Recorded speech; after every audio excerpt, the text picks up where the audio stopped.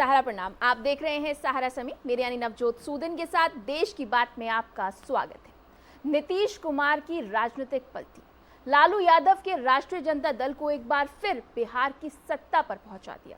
लेकिन विशेषज्ञों का कहना है कि इस राजनीतिक छल में सबसे बड़ी हार बीजेपी की नहीं बल्कि बिहार के लोगों की और नीतीश की खुद हुई है। 2013 में नीतीश ने मोदी विरोध में एनडीए का साथ छोड़ा, फिर 2015 में आरजेडी का दामन थामकर बिहार विधानसभा में महागठबंधन की सरकार बनाई। लेकिन मात्र 2 साल में ही उनका आरजेडी के साथ मोहभंग हो गया और लालू यादव को छोड़ दिया।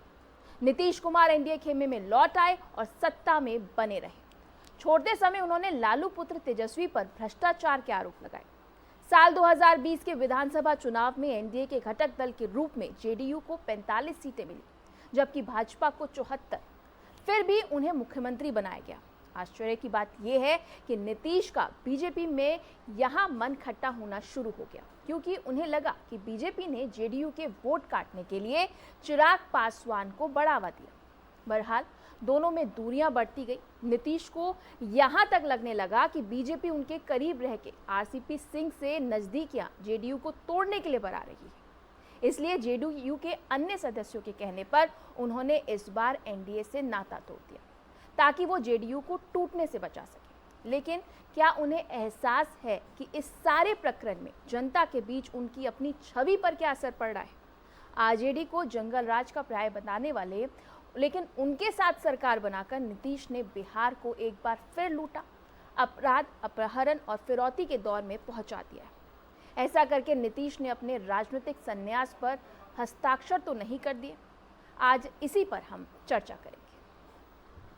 इस चर्चा में जुड़ने के लिए हमारे साथ पूरा पैनल मौजूद है। प्रदीप सिंह जी बीजेपी से अपना पक्ष रखेंगे, नोएडा स्टूडियो में। सर स्वागत है आपका। डॉक्टर अनित सिंह जी कांग्रेस से अपना पक्ष रखेंगे, नोएडा स्टूडियो में मौजूद है। सर आपका भी स्वागत है। और रवि अरोड़ा जी पॉलिटिकल एनालिस्ट हैं, नोएडा स्टूडियो में मौजूद हैं। सर आपका भी स्वागत है। सबसे पहले रवि जी आप ही का रुख करते हैं और समझने की कोशिश करते हैं। जिस तरह से हम देख रहे हैं कि नीतीश कुमार वापस पहुंच गए हैं और मोदी सरकार को झटका दिया है, क्या ये 2024 की तैयारी है? देखिए, बिल्कुल 2024 की तैयारी को देखते हुए ही ये सब घटनाक्रम हुआ है। कहीं ना कहीं एक बड़ा आरोप जनता दल यूनाइटेड ने जो है बीजेपी पर लगाया है कि वो जो है शिवसेना की तर्ज पर कहीं ना कहीं जनता दल यूनाइटेड को तोड़ने की साजिश रच रही है। क्योंकि आरसीपी सिंह को जो केंद्रीय मंत्री का दर्जा दिया गया, उसके अंदर भी जनता दल यूनाइटेड ने कहा है कि हमारी कोई रजामंदी नहीं थी और कहीं ना कहीं उसके बहाने काफ़ी विधायक तोड़कर इसका भी वही हाल होने वाला था जो शिवसेना का किया है। तो ऐसे में कहीं ना कहीं एक बड़ा सवालिया निशान भाजपा पर उन्होंने लगा दिया है कि क्या जो रीजनल पार्टियां हैं, जो प्रादेशिक पार्टियां हैं, क्या जो एनडीए का हिस्सा हैं और जो मिलकर अलायंस चलाती हैं, तो क्या भविष्य में वो विश्वास कर पाएंगी? दूसरा सवाल खड़ा होता है कि जनता दल यूनाइटेड अगर आज राष्ट्रीय जनता दल के साथ मिलकर सरकार बनाती है तो क्या जो जिस जंगल राज की वो पिछले इलेक्शन में चुनाव लड़ते रहे और लगातार लालू यादव का जंगल राज लोगों को याद दिलाते रहे, अपने सुशासन की बात कराते रहे, तो क्या आज दोबारा से सत्ता के लिए वो जनता का मोह भंग करने जा रहे हैं? क्या उस पार्टी जिस पार्टी के लेकर वो कहते रहे कि हम पिछले कई सालों से जब सत्ता में हैं और आपके लिए सेवा कर रहे हैं और सुशासन दे रहे हैं, वो सुशासन बाबू आज उसी जनता दल राष्ट्रीय जनता दल के पास जाकर राबड़ी देवी से मिलकर सरकार बनाने की तैयारी कर रहे हैं। और ये अपने आप में बहुत बड़ा सवालिया निशान है, क्योंकि ऑलरेडी उन्होंने तेजस्वी यादव पर पिछली बार भी आरोप लगाया था कि जिसका वो आंसर उन्होंने तेजस्वी यादव ने कहा था कि मैं कोर्ट में जाकर जवाब दूंगा। तो मैं सिर्फ एक बात जो है, आज जनता के बीच में एक असमंजस की स्थिति ये पैदा हो गई कि क्या राजनीतिक पार्टियां सिर्फ अपने स्वार्थ के लिए, क्या सत्ता के लिए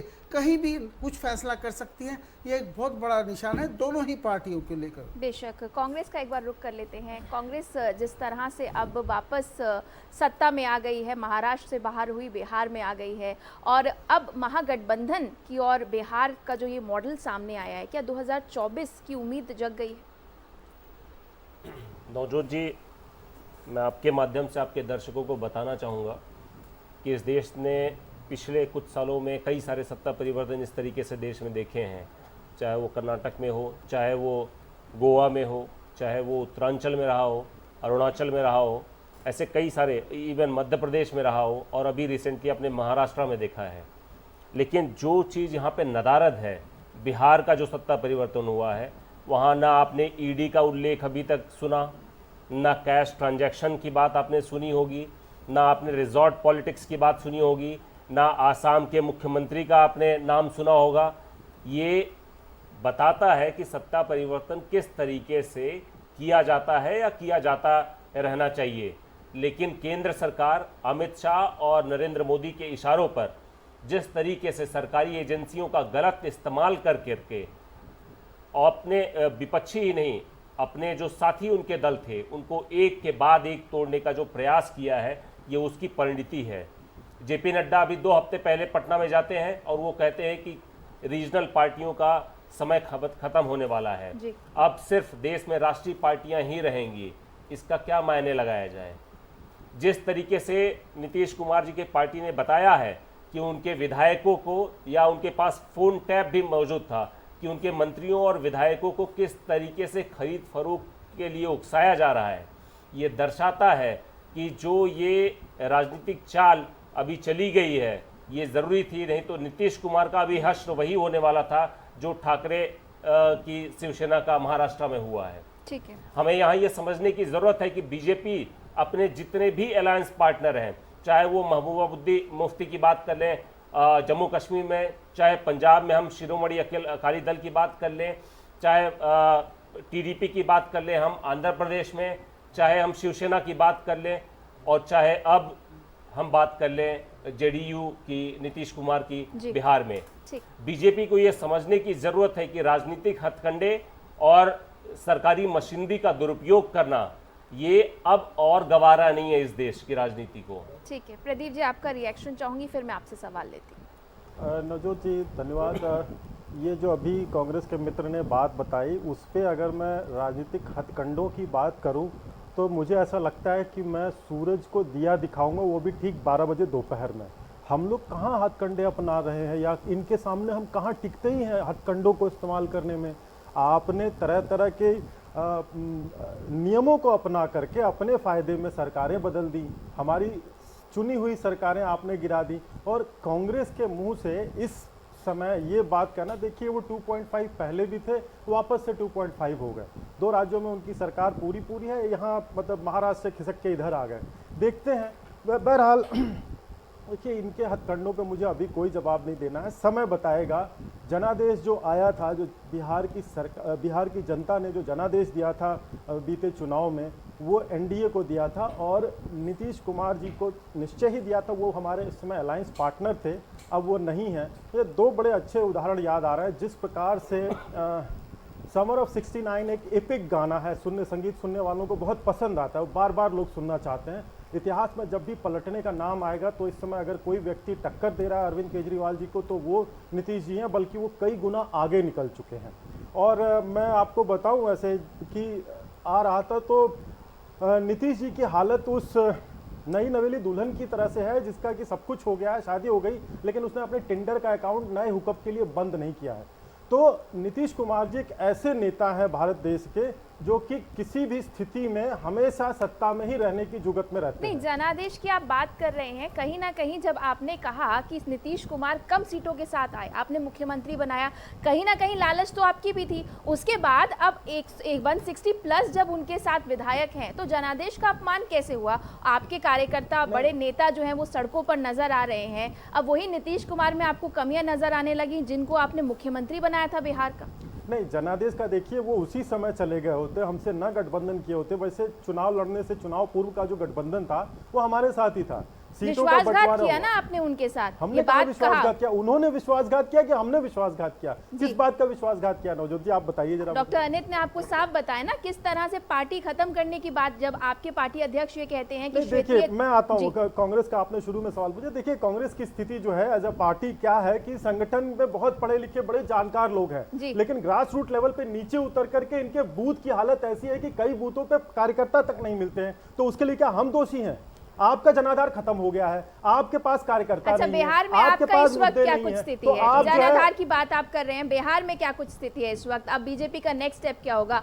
क्योंकि आपको अब खुला ग्राउंड मिल गया है, नीतीश कुमार और लालू यादव या तेजस्वी यादव अब एक साथ आ गए हैं, तो कहीं ना कहीं इंटेंशनली आप कर रहे थे, उनको उकसा रहे थे कि वो गठबंधन तोड़ दें? नहीं नवजोत जी, देखिए अब क्या है कि 2 वर्ष का समय और रह गया है जी। और बार बार उनको ये कह के बताया जाता है कि पीएम मटेरियल है, पीएम मटेरियल। देखिए एक जो शब्द का चुनाव लोग करते हैं उनको बरगलाने के लिए, खुद आप में ही गलत है। मटेरियल कोई कंप्लीट प्रोडक्ट नहीं होता है, किसी प्रोडक्ट में वो कंपोनेंट जरूर हो सकता है।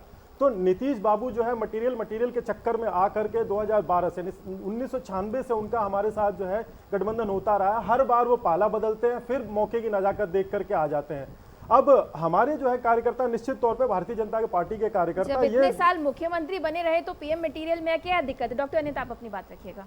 प्रदीप जी को मैं बताना चाहूंगा कि अभी ये सूरज को दिए दिखाने की बात कर रहे थे। अरुणाचल प्रदेश में बीजेपी ने सरकार बनाई थी तो वो उस समय कौन से दिए दिखा रहे थे? गोवा में इसके पिछली सरकार की मैं बात करना चाहूँगा, जब उन्होंने विपक्षी सारी पार्टियों को तोड़ के सरकार बना दी, जबकि वो तीसरे या चौथे नंबर की पार्टी थी, तो उस समय कौन सा दिया दिखा रहे थे? ये मैं कर्नाटक में इनको कौन सा ज्यादा आपको टक्कर देने की कोशिश कर रहे हैं। जिस तरह मैं से इनको बताना चाहूंगा कि कर्नाटक में इनको कौन सा जनादेश मिला था जिसके बल पे ये आज सरकार बना के इतरा रहे हैं? इनको कोविड को जिन्होंने धकेल के जो लॉकडाउन का प्रतिबंध था वो लगाने के पहले इन्होंने सरकार बनाना ज्यादा उचित समझा। आप ये समझिए कि इनकी प्रायोरिटीज क्या हैं।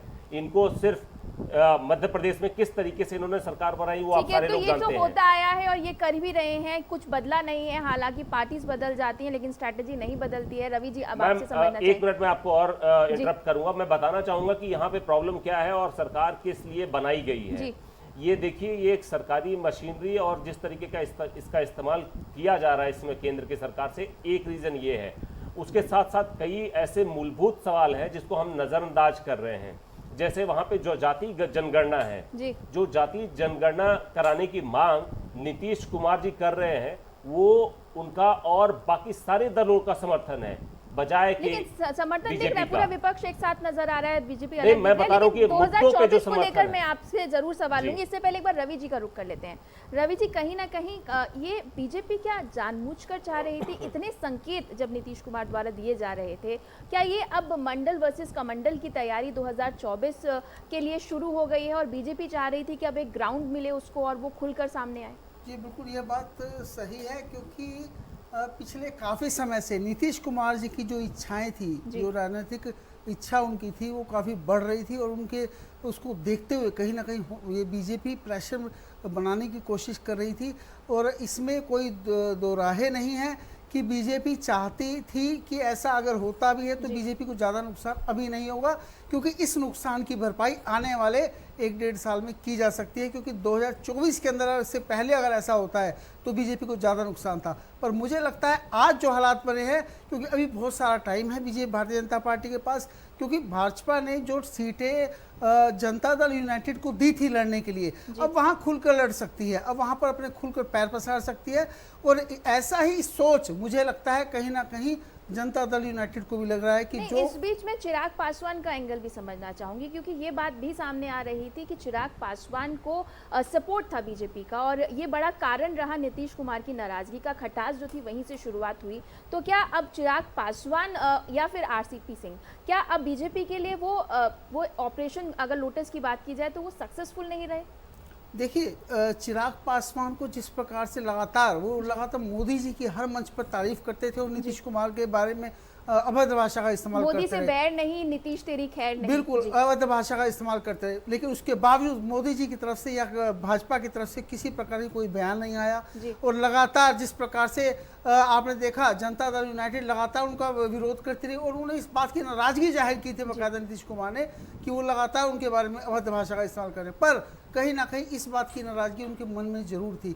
लेकिन राजनीति में ये सब चलता है। लेकिन आज बीच में जिस प्रकार से हुआ ये मामला तो कहीं ना कहीं गंभीर है। जो आरोप उन्होंने लगाए हैं कि पार्टी को तोड़ने की एक साजिश रची जा रही थी, तो जो ये आरोप है ये कोई छोटा आरोप नहीं है, अपने आप में बहुत बड़ी बात है।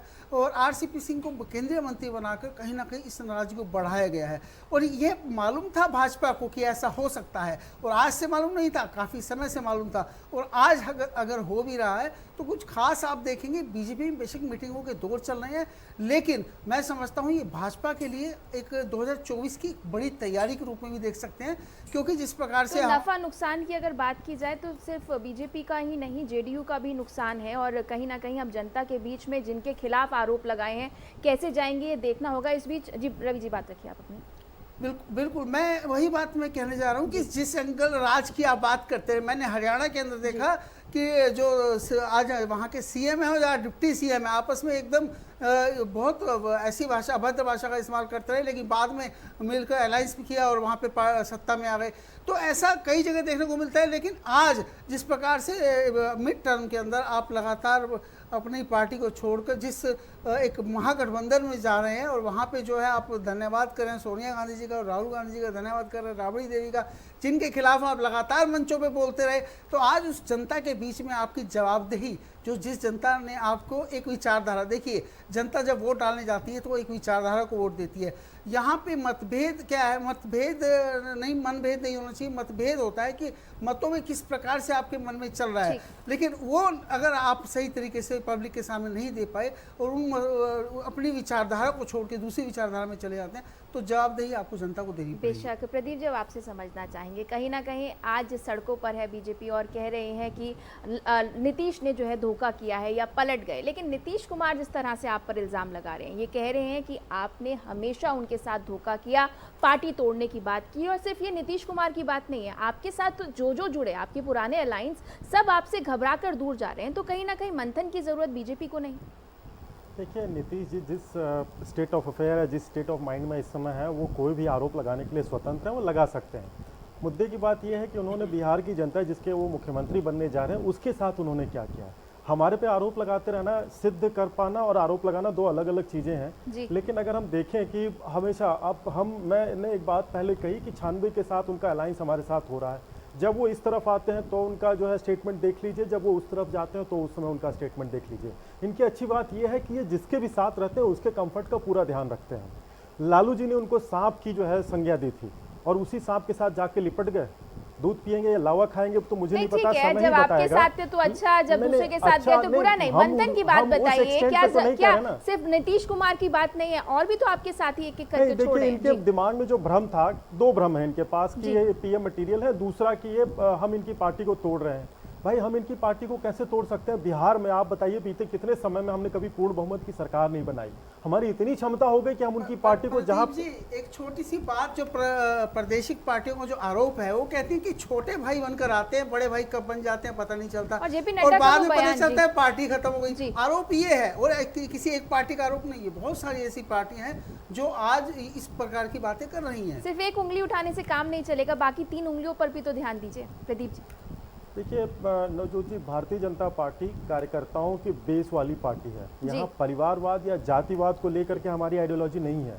अब अगर कोई हमारी आइडियोलॉजी को पसंद करता है या हमसे सहमति रखता है, वो हमारे साथ आना चाहता है, तो हम किसको मना कर सकते हैं? हमारे में बोलती है, देखिए परिवारवाद हर जगह कहीं न कहीं किसी न किसी रूप में परिवारवाद के नाम पे इल्जाम रखते रहते हैं। एक मतलब बहुत सारी क्षेत्रीय पार्टियां जो कि परिवारवाद पे चल ही रही हैं। अब क्या एवोल्यूशन हो रहा है, राजनीतिक भी एवोल्यूशन हो रहा है, समाज का भी एवोल्यूशन हो रहा है। 10 साल बीते, और जो डॉक्टर अनित इल्जाम लगा रहे हैं जी, एजेंसीज का इतना कर दिया है कि अगर कोई भी परिवारवाद की पार्टी या कोई भी परिवारवाद अगर बीजेपी में चला जाता है तो दूध का धुला हो जाता है। कहाँ दूध का धुला हो जाता है सर? ये देखिए, जब आप हारते हैं तो अनर्गल आरोप लगाते हैं, और उसमें कुछ ऐसी बातें इतनी प्रचलन में आ गई हैं कि वो रिपीटेशन में एकदम से मतलब 100 बार झूठ बोल के उसको सच साबित करने की कोशिश होती है, लेकिन वो 100 झूठ को बोल करके आपके पार्टी में है, उसको क्या कहेंगे आप? परिवारवाद नहीं है? नहीं, सिंधिया राजनाथ सिंह की उनके बेटे सब कोई राजनीति में है। नहीं, अगर मैं आपको बताऊं, पंकज जी जो हमारे नोएडा से विधायक हैं, अगर परिवारवाद की बात होती तो उनको भी प्रदेश सरकार में मंत्री बनाया गया होता। उनके पिताजी केंद्र में मंत्री हैं। एक परिवार में अगर क्या वो तो रिकॉर्ड मतों से जीत के आए थे। शायद कांग्रेस होती तो वो शायद मुख्यमंत्री भी बन सकते थे, लेकिन ये भाजपा ही है जो कि इतने अच्छे परफॉर्मेंस के बाद भी वो सामान्य विधायक है, उनको मंत्री नहीं बनाया गया। इसके अगर आपको ये लॉजिक समझ में आती तो ठीक है। मैं क्या कह रहा हूँ, मैं ये एक तरफा तो कह नहीं रहा हूँ। एजेंसीज पर भी बोल दीजिए प्रदीप जी। एजेंसीज का भी आरोप लगाया जा रहा है कि जिस तरह से सत्ता परिवर्तन अगर हम एजेंसीज को इतनी तरह से अपने पर्सनल इंटरेस्ट के लिए हार्वेस्ट कर रहे होते तो अब तक तो उस लॉजिक से तो अब तक नीतीश जी को बाहर हो जाना चाहिए था। बाकी सारे कार्यकर्ता हमारे साथ होते, उनके विधायक हमारे साथ होते। अगर कोशिश तो की गई, इल्जाम तो यही लगाया जा रहा है। नहीं, इल्जाम लगाना, देखिए बिहार एक बहुत ही क्रांतिकारी प्रदेश है हमारे देश का। मैं पूर्वी उत्तर प्रदेश से आता हूँ और बगल में ही बिहार पड़ता है। बहुत सारी क्रांतियां वहां से उपजी हैं। देश की आजादी से लेकर के बहुत सारी क्रांतियां हैं। मैं इसको कटाक्ष के रूप में ना लिया जाए, मेरे बिहार बहुत ही बढ़िया प्रदेश है इन्हीं मामलों में, खास करके वोटर की परिपक्वता के मामले में। आने वाले जो भी चुनाव होंगे, चाहे वो अगला लोकसभा का चुनाव ठीक है, आप ही की बात को कंटिन्यू करती हूँ। डॉक्टर अनित, भारत छोड़ो अभियान और जिस तरह से ये डेट सेलेक्ट की गई और कहीं ना कहीं क्रांतिकारी की जब बात की जा रही है, बिहार मॉडल अब 2024 का बेस बनेगा क्या मोदी छोड़ो अभियान? नवजोत जी, बिहार हिंदी बेल्ट का एक ऐसा इकलौता प्रदेश है जी, जहां मैं प्रदीप जी की बातों से काफ़ी इत्तेफाक रखता हूं कि काफ़ी पॉलिटिकली अवेयरनेस है वहां पे। मतदाताओं के बीच में जो जागरूकता है वो एक अलग लेवल पे है और इसी बात का द्योतक है कि पूरे हिंदी बेल्ट के में बिहार एक लौता ऐसा राज्य है जहां पे आज तक बीजेपी का फुल टाइमर सीएम आज तक नहीं बना है। अगला बन जाए। और मैं आपको और आपके माध्यम से बताना चाह रहा हूँ साहब, चिंता ना करिए, अगले चुनाव में हमारा राजनीति की अगली तैयारी करी जा रही है। यही सारे लोगों को समझना पड़ेगा, चाहे वो विपक्ष जितने भी स्टेक होल्डर हैं जनतंत्र के। जी मैं 14 के चुनाव में देखिए, ठीक है भाई साहब, मैं आपकी बात से सहमत हूं। विपक्षी पार्टियां हैं, लेकिन हर एक पार्टियों की एक पटना में 14 की रैली में मोदी जी की जो रैली हुई थी उसमें 6 लाख लोगों ने जो भाग लिया था, वो कोई इंपोर्टेड लोग नहीं थे, वो बिहार की ही जनता थी। तो आप अगर इस बात से सहमत है तो शायद आप राजनीतिक इशारों को भी समझते होंगे। कैसे आप कहेंगे कि जनादेश हो गया? प्रदीप जी, सवाल जब भीड़ को देखकर आप कैसे कह सकते हैं? बना था तो आपको याद होगा कि वहाँ 15 लाख की रैली हुई थी। आप चीजों को अन्यथा ले रहे हैं, इसलिए मैं आपको बता नहीं सकता। अनिल जी, अब आप ये बताइए कि आप कह रहे हैं कि नीतीश जी जो हैं बहुत अच्छे नेता हैं, एक्सपीरियंस है बिहार को लेकर, लेकिन जब मैं ये कह रही हूँ कि क्या उनको राष्ट्रीय स्तर पर क्या कांग्रेस उनको एक्सेप्ट करेगी? मैडम, राहुल राष्ट्रीय स्तर पर राहुल गांधी के अलावा जी हमारा हमें कोई भी नेता स्वीकार नहीं बस है। यही बात, मैं आपको ये खुले मन से बता रहा हूँ कि राहुल गांधी ही ये रिकॉर्ड करके रखा जाएगा, जितनी भी ज्वलंत समस्याएं हैं, कांग्रेस जो है कभी भी नीतीश कुमार जी को केंद्र में प्रधानमंत्री मटेरियल जिनको बताया जा रहा है कभी स्वीकार नहीं करेगी, कागज के ठोंगे की तरह से बाहर कर देगी। देखेगा, मैं तो प्रदीप जी सवाल मुझसे है। नवजोत जी, मैं आपको फिर से बताऊं कि देश की जितनी भी ज्वलंत समस्याएं हैं इस समय, चाहे वो महंगाई हो, आपने कभी किसी और नेता को अक्रॉस द पार्टी लाइन पूरे भारत में कोई भी नेता है जो महंगाई के बारे में बात कर रहा है तो वो सिर्फ राहुल गांधी है। बेरोजगारी के बारे में बात कर रहा है तो वो सिर्फ राहुल गांधी है। जब ईडी की रेड पड़ी और जब चाइना के एग्रेशन की बात आती है, चाइना के एग्रेशन की बात आती है तो सिर्फ राहुल गांधी आवाज उठाते हैं। मैं आपको बताना चाह रहा हूं कि ये देश की जरूरत है इस समय राहुल गांधी, और हमें समझना पड़ेगा, सारे राजनीतिक पार्टियों को एक साथ आना पड़ेगा। जिस तरीके से जनतंत्र को तोड़ मरोड़ कर बिल पास कराए जा रहे हैं, आप देखिए कि किसान बिल किस तरीके से पास कराया जाता है। किसान बिल पास, जो किसान बिल को रिवोक किए वो 6 महीने हो गए, लेकिन आज तक एमएसपी नहीं मिला है। नहीं, पर्सनल कमेंट नहीं जी। जो किसान बिल है उसको प्रधानमंत्री जी तो ने मेरे को जवाब मिल गया, ठीक है, मैं उस पर वापस आऊंगी। 2024 की या फिर राहुल गांधी का जब चर्चा करेंगे उस पर वापस आऊंगी, लेकिन जो मोटी मोटी बात यह है कि बिहार के लिए ठीक है नीतीश जी, लेकिन अगर आप राष्ट्रीय स्तर पर बोलेंगे तो कांग्रेस को मंजूर नहीं। रवि जी, अब आप बताइए, जिस तरह से ये बात सामने आ रही है, कांग्रेस जश्न मनाती नजर आ रही है, जिस तरह से अब वापस एक एनर्जी आ गई है महागठबंधन के बाद, जिस तरह से अखिलेश यादव का बयान आता है तो कहीं ना कहीं एक उम्मीद जग रही है क्या? लेकिन जिस तरह से पहले गठबंधन हुए थे, या फिर हम देखें नीतीश बिहार की बात करें या फिर राष्ट्रीय स्तर पर बात करें, तो क्या कुछ बदल गया है या क्या कुछ ऐसा होगा कि ये आगे चल पाएगा स्मूथली? देखिए, मुझे नहीं लगता ये लोग गठबंधन के साथ नीतीश कुमार ज़्यादा टाइम टिक पाएंगे, क्योंकि नीतीश कुमार जी की जो खुद की इच्छा शक्ति है वो बहुत कुछ आगे बढ़ने की है, और वो इस गठबंधन के साथ मिलकर ज़्यादा, क्योंकि आरजेडी के साथ या कांग्रेस के साथ वो लंबा टाइम खींच नहीं पाएंगे, मुझे नहीं लगता। क्योंकि उसका कारण सबसे बड़ी बात यह है कि जो तेजस्वी यादव है वो अपने आप में बिहार को का सर्व बनना चाहते हैं। उनके मन की इच्छा शुरू से यही थी कि वो कहीं ना कहीं नीतीश कुमार से आगे रहें, लेकिन मुझे लगता है कि ये गठबंधन सिर्फ इसलिए है क्योंकि वक्त की ज़रूरत थी और उनको एक झटका भारतीय जनता पार्टी को देना था, जो उन्होंने दे दिया है। पर इसको लंबा टाइम तक खींच पाना मुझे नहीं लगता, लेकिन हाँ 2024 से पहले अब ज़्यादा टाइम बचा नहीं है 2024 के इलेक्शन में, तो उसके लिए इनको अब तैयारी भी करनी है। तो कहीं ना कहीं जनता दल यूनाइटेड सिर्फ मुख्यमंत्री बने रहने के लिए कुछ जिसे बोलते हैं आंसू पी सकते हैं, लेकिन सच ये यहाँ कॉम्प्रोमाइज करते तो ज्यादा तेजस्वी यादव नजर आ रहे हैं। सबसे बड़ी पार्टी होने के बाद भी कौन सा मैजिक है नीतीश के पास, 1/3 सीटें होने के बावजूद लगातार मुख्यमंत्री बनते हैं और हर पार्टी तैयार है। और सबसे बड़ी बात यह है कि वो गठबंधन तोड़ते हैं, गठबंधन उनके साथ रहना चाहता है। सबसे बड़ी बात यह है कि सबको 2024 नजर आ रहा है, उससे पहले अपने पैर पसारने हैं सबको, उसके लिए सत्ता में आना है। अगर सत्ता में रह पाएंगे तो कहीं ना कहीं कुछ कर पाएंगे, और सत्ता से बाहर रह के वो कुछ नहीं कर पाएंगे। और भारतीय जनता पार्टी के पास भी अभी ईडी है, सीबीआई है, बहुत कुछ है।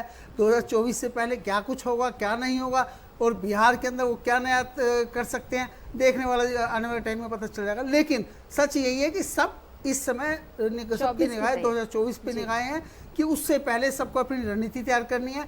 और कांग्रेस जो इस समय पे बिल्कुल पतन के कगार पर दिख रही है, हर जगह आप देख रही हैं, ऐसे में एक नई एनर्जी के लिए उनको ये गठबंधन के साथ शामिल होना इनको नुकसान नहीं दिख रहा, क्योंकि उनको लगता है इसी बहाने उनके कार्यकर्ताओं को जो ठंडा हो चुका है और जो बड़े नेता भी इस समय पे बिल्कुल ठंडे बस्ते में बैठे हैं, तो कहीं ना कहीं उनमें एक जोश लाने के लिए एक नई तैयारी के रूप में देखा जा सकता है। ठीक है प्रदीप जी, प्रदीप बात अपनी खत्म कीजिए रवि जी। मेरा मतलब मैं यही कहना चाहता हूँ कि कुल मिला के पूरी तैयारी सभी पार्टियों की नजर 2024 की इलेक्शन की नज़र 2024 पर है। और प्रदीप जी, जिस तरह से मैं भी यही कह रही थी कि ये सोची समझी एक साजिश नजर आ रही है। बीजेपी ने ऐसे संकेत नहीं समझे, पूरी दुनिया को पता था, लेकिन बीजेपी के नेताओं को नहीं पता कि नीतीश जो है वो गठबंधन तोड़ देंगे। तो कहीं ना कहीं आपकी नज़र भी 24 पर थी और आप चाह रहे थे कि ये गठबंधन टूट जाए। देखिए, जैसा कि परिवार और कोई क्षेत्र जाति से हमारी पार्टी नहीं है, हमारे लिए सबसे बड़ी जनता है, और जनता इस देश की बड़ी परिपक्व है और वो जानती है कि उसे किसको आने वाले समय में दोबारा मौका देना है या किसके तरफ उसको घूमना है। तो ये सारी जनता है देख रही है, क्योंकि क्या है ना कि जनता के नुमाइंदे ये राजनीति हम ही लोग होते हैं जो जनता की नुमाइंदगी करते हैं, दूसरी पार्टियों के लोग भी होते हैं, लेकिन एक जो हिडन होता है, जो कभी बोलता नहीं है, चुपचाप वोट देता है, चला जाता है, उसके दिमाग में ये एप्लीकेशन इस तरह से इंस्टॉल है कि उसका रिजल्ट, इसका प्ले जो है ना 2024 में देखने को मिलेगा जब चुनाव होंगे। और उससे पहले देखिए क्या है कि जैसे अभी भाई साहब ने बताया, अरोड़ा जी ने, कि देखिए कांग्रेस क्या बिहार में काफी समय से दूर रहे, थोड़ा जोश आ जाएगा तो ये मोमेंटरी जोश ही है। मोमेंटरी डिसअपॉइंटमेंट होता है तो मोमेंटरी जोश भी होता है, थोड़े समय के लिए आता है, चला जाता है। असली निर्णय 24 का होगा और जनता देख रही है। हम तो जेपी नड्डा के उस बयान के बारे में क्या कहेंगे जो कह रहे थे कि अब सिर्फ बीजेपी है, क्योंकि आप जो है कांग्रेस मुक्त भारत कर रहे हैं, श्वेतीय दल पार्टी आप खत्म कर रहे हैं, तो आप चाहते क्या है? कांग्रेस मुक्त भारत एक बार के लिए चुनाव में प्रयोग किए जाने वाली एक बात हो सकती है, लेकिन ये कभी संभव नहीं है कि किसी भी विचारधारा, किसी की पार्टी को एकदम से खत्म किया जा सके। ये लोकतांत्रिक व्यवस्था है, वो कम ज्यादा हो सकती है, लेकिन ऐसा नहीं है कि एकदम से ही खत्म हो जाएगी। ये अगर परिपक्व बात कही जाए तो, लेकिन असल, जैसे मैं पहले भी बोला कि असल जो पैरामीटर्स सेट होते हैं वो देश की जनता करती है, और देश की जनता को बहुत अच्छा देखने को मिल रहा है। उनकी एनालिसिस अब जो है ना, फ्लक्चुएटिंग वोट कुछ नहीं होगा, इस बार पूरा का पूरा होगा। तो बिहार में जैसे 14 में हमने लोकसभा सीटों, तो ये कह रहे हैं कि प्रदीप जी जिस तरह से जिक्र कर रहे हैं कि ये बोल रहे हैं कि 24 के लिए एक अच्छा ग्राउंड मिल गया है और अब जनता को साफ पिक्चर नजर आ गई। डॉक्टर अनित, आपका लास्ट रिएक्शन चाहूंगी। आपके माध्यम से मैं दर्शकों को ये बताना चाह रहा हूँ कि जो बिहार के ये सारा का सारा एपिसोड है, ये एक तरीके से कि एक अलाइनमेंट है, एक मूवमेंट है, जो देश में इस समय जो सरकार में सत्ता में बैठे हुए लोग हैं उनके लिए एक खतरे की घंटी है, जो दिखाना चाहता है कि सरकारी मशीनरी का जिस भी तरीके से आप इस्तेमाल कर लीजिए, जनतंत्र को हम आपको हाईजैक नहीं करने देंगे। किसी भी तरीके से हमें जनतंत्र को बचाना है, तो हमें सारे के सारे लोगों को एक प्लेटफॉर्म पे आना पड़ेगा। वो प्लेटफॉर्म किसी भी अलग अलग, हर राज्य में अलग अलग तरीके से हो सकता है, लेकिन हमें एक साथ आना पड़ेगा। एक साथ आते तो हैं लेकिन चलते नहीं हैं। बैटल ऑफ बिहार से क्या अब 2024 की तैयारी हो रही है, ये देखना होगा। डॉक्टर अनित, आप हमारे साथ जुड़े, बहुत धन्यवाद। रवि अरोड़ा जी, आपका धन्यवाद। प्रदीप जी, आपका भी धन्यवाद। देश की बात में फिलहाल इतना ही। सहारा बनाओ।